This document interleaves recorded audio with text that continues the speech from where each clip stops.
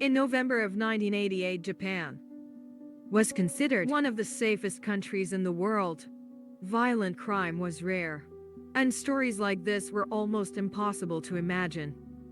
But behind the image of order and security, a crime was unfolding quietly, slowly and in plain sight.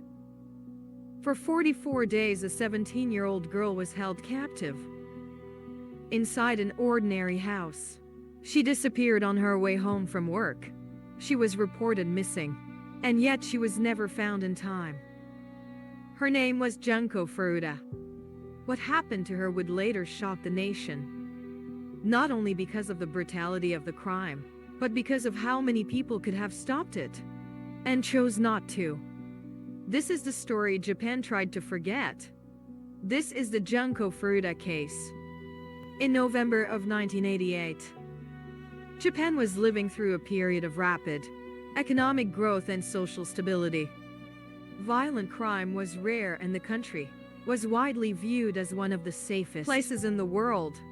That perception would be shattered by a case so disturbing that, decades later, it remains one of the most infamous crimes in Japanese history.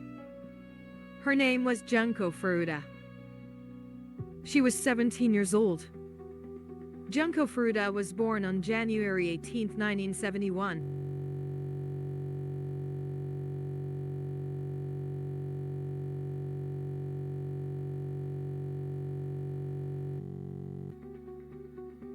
She was a high school student living in Misato, Saitama Prefecture. Teachers described her as polite, responsible, and hardworking. She did well in school and held a part-time job to help support herself. By all accounts, she was an ordinary teenager with modest dreams and a quiet personality. On the evening of November 25, 1988, Junko finished her shift at work and began walking home. It was a route she knew well. Nothing about that night suggested danger. She never made it home while walking. Junko was approached by a teenage boy named Hiroshi Miyano. Miyano was involved with the local youth gang and was known for intimidation and violence. He claimed to know Junko and engaged her in conversation. When she attempted to leave, he threatened her by saying he knew where her family lived and implied they would be harmed if she resisted. Out of fear, Junko complied. She was forced into a car and taken to a house in Ayase, Tokyo. The house belonged to one of Miyano's associates. Inside were 3 other teenage boys, who would later be identified as participants in the crime. At first, Junko believed she would be released after a short time. She was told she was being detained temporarily. That promise was a lie.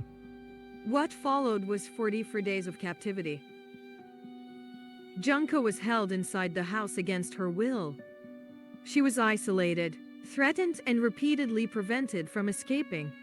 The perpetrators maintained control through fear, violence, and constant intimidation.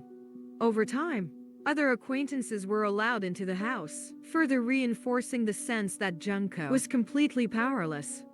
Despite being held in a residential neighborhood, no effective intervention occurred. Neighbors later stated that they heard noises and suspected something was wrong, but no one contacted the police. Family members of the perpetrators noticed changes in behavior and suspected violence, yet still did not act. The crime did not happen in secrecy. It happened in plain sight, hidden behind silence and inaction. Junko attempted to escape more than once. Each attempt failed. Each failure led to further punishment and reinforced her isolation. Throughout her captivity, she was denied contact with her family. Her parents reported her missing soon after her disappearance, but investigators initially struggled to find leads. Junko's case was one of many missing person reports, and there was little evidence pointing to her location. As weeks passed, her condition deteriorated.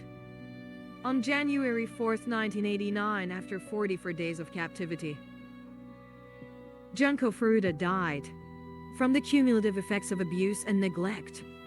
She was still 17 years old. Her body was later placed inside a container and discarded in a concrete-filled drum, which was left in an industrial area. For weeks, no one knew what had happened to her. The truth came out only when one of the perpetrators was arrested for an unrelated crime. During questioning, information emerged that led police to reopen Junko's case. Under interrogation, details began to surface. Details so severe that even experienced investigators struggled to comprehend them. On January 23, 1989, Junko Furuta's remains were discovered.